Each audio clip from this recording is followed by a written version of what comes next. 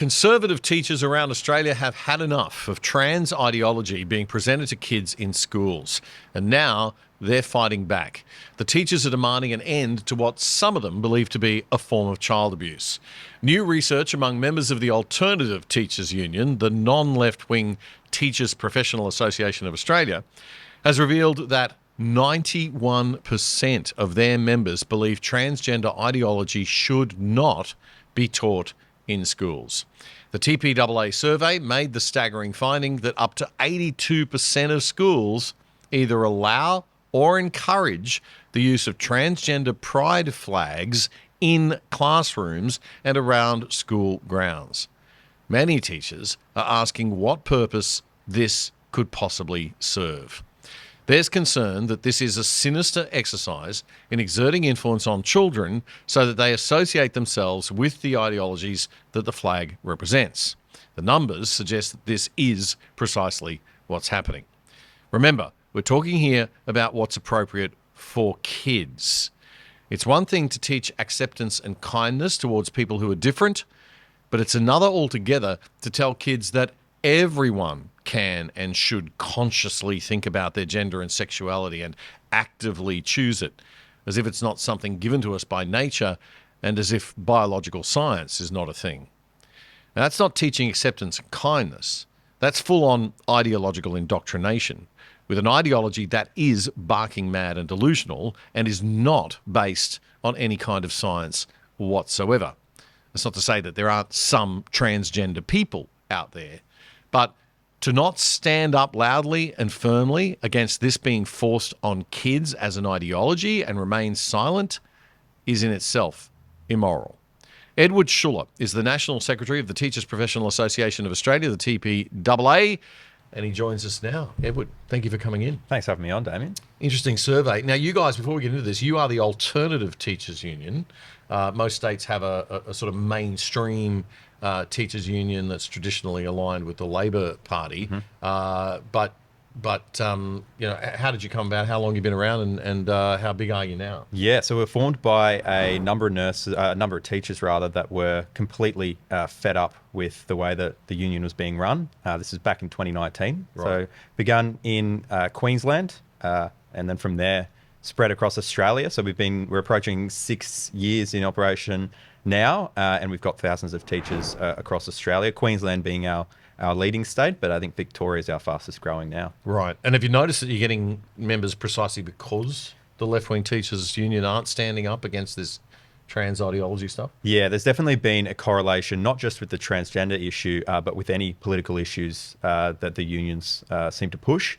Whenever they do that, whether it's the Voice to Parliament a couple of years ago, but particularly in recent times with this transgender issue as it raises its head more in schools, we're definitely seeing an increase in members who are rightfully fed up that this is sort of being forced onto them. So teachers are caught in the crosshairs here by Department of Education policy, sort of government union policy as well. And then in the private system, they still need federal funding. And we know that the government of the day isn't particularly rational, let's say, when it comes to this ideology. So we've seen a sharp increase in members, yeah. Yeah, well, I think it's fair and makes sense, I guess, that there are teachers out there who aren't of a left-wing political persuasion. And if the mainstream unions are so strongly aligned with Labor and with the Greens that they're going to start pushing on every left-wing ideological campaign or political campaign, then there should be an alternative choice for teachers. And you also have a nurses union, of course, which we'll talk a bit about later too as well. But getting onto this issue, how young are we talking here in terms of what grade levels this trans ideology stuff is being introduced to kids? Yeah, there was a lot of information about that in the survey, but perhaps an anecdote is best to start off with. I was in a Victorian kindergarten not too long ago to catch up with one of our members there. I walk in, transgender pride flags all over the place. In a kindergarten? In a kindergarten. Oh, my God. And you sort of think, why are we pushing an ideology which confuses sex and gender onto children? I mean, how is that relevant to children? That's why I think our members were rightly saying there's something else going on here. This is a bit more sinister, or far more sinister than the acceptance that they like to say this whole ideology is about. It's really and it's having a really bad impact as well. And the gender survey that we did was actually sparked from a rise in sexual incidents survey that we did. There's been reports of 4-year-olds sexually abusing each other in Queensland childcare centres. And obviously we heard what happened in Victorian childcare centres, but even in kindergarten, there's reports that, children are accessing pornography at a really young age, and that has an impact as well. But this ideology, how is it relevant to kids? And I think the frustration and the anger, really, particularly for teachers who are often parents themselves, is this is having a really corrosive effect on children right now. So it's not just the ideology that they're saying is the abuse, which is the case, but this is manifesting in a very, very evil way. I'm just stunned by what you're telling me. That's unbelievable. I've heard bad things, but that really... Look, I mean, there is just... I see no reason whatsoever, not even for the question of acceptance or tolerance or creation, which is how it's all justified. I see no reason to be discussing these matters with children until high school. And even in high school, it should just be a passing mention that, oh yeah, a small percentage of people are transgender and you shouldn't pick on them. Yeah. That's it. What more do you need? You don't need to be promoting and pushing this stuff constantly. Yeah. All right, I want to play this clip from America. This is Carol Markowitz. She's a leading campaigner against this in America, and she's written books. She's very, very well known all over the United States. It's a clip from a video she put together for the conservative education channel PragerU a couple of years back. Here, John. At what age is it appropriate for grammar school teachers to discuss issues like sex and gender with their students? Should it be done with kids as young as pre-K, second grade, fifth? Even a decade ago, the most common answer would have been never.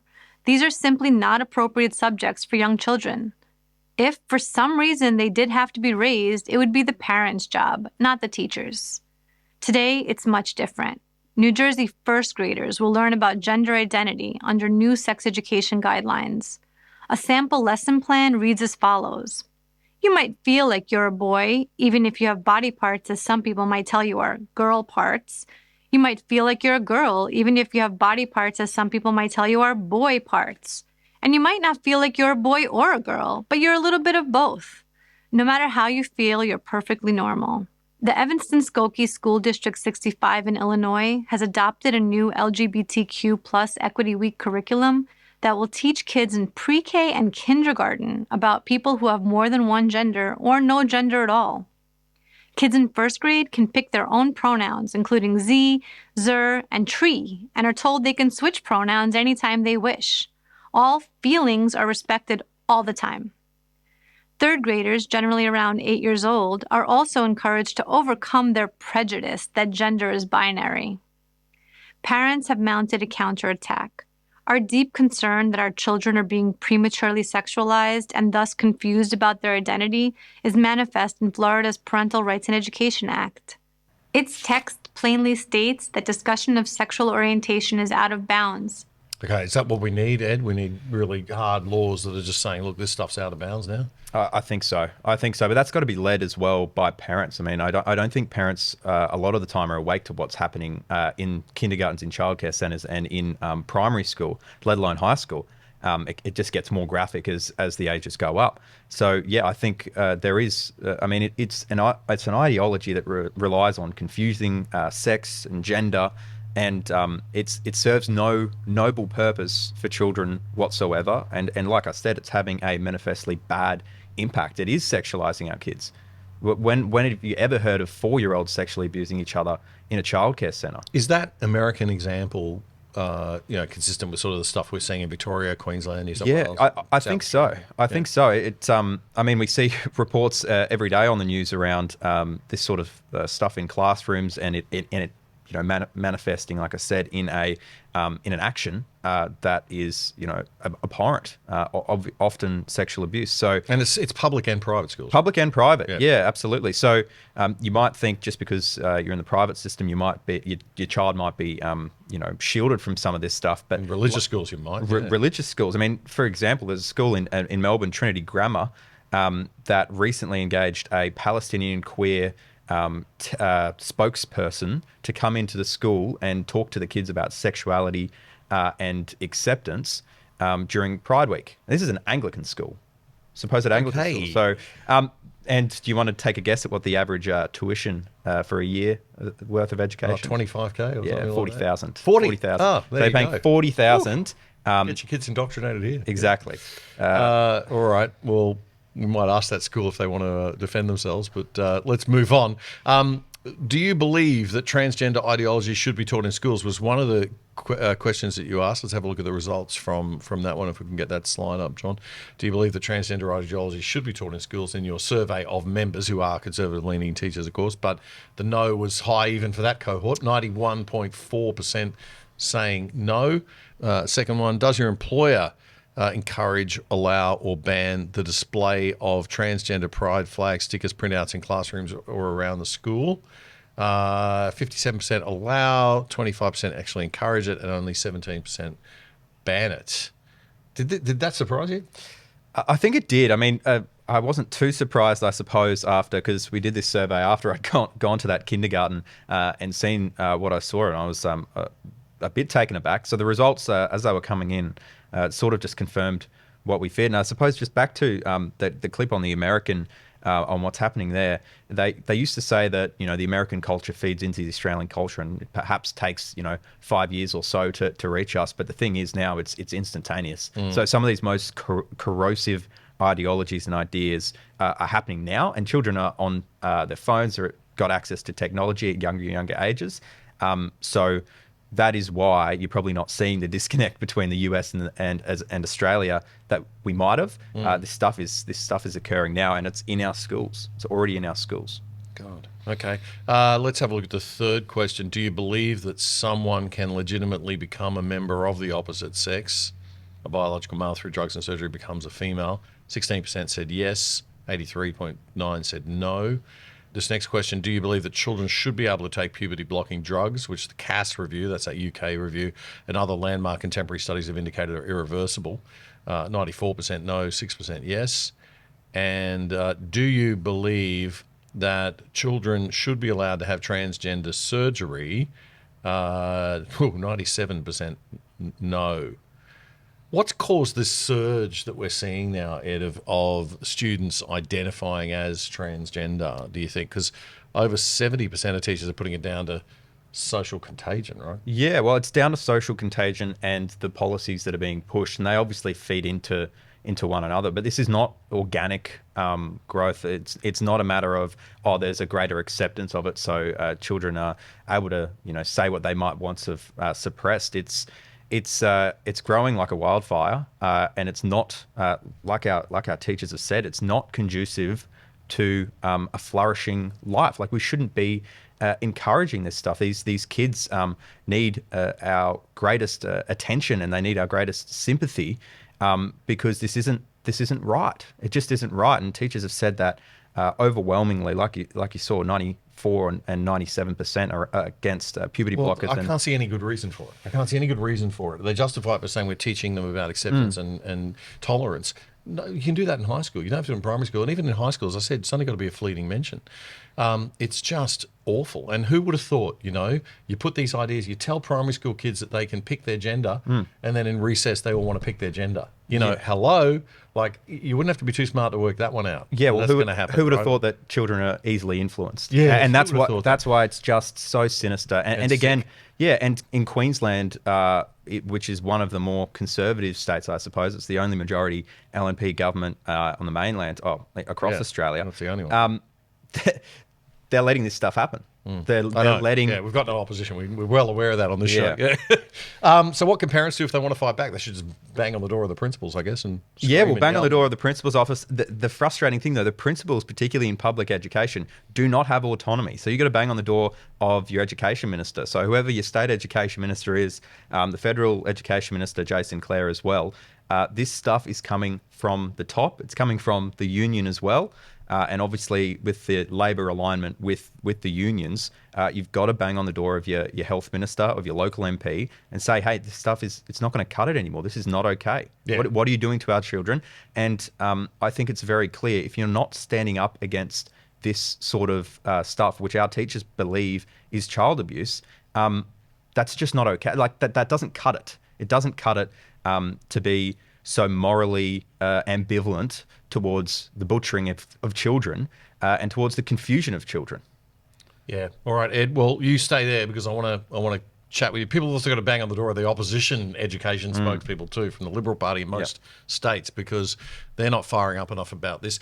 The Alternative Union, TPAA, is part of the Red Union Group, which despite its name is a non-left-wing group of professional associations that people can join instead of their regular union. And they do not channel resources or money to the Labor Party. They also have a nurses union, the Nurses Professional Association of Australia.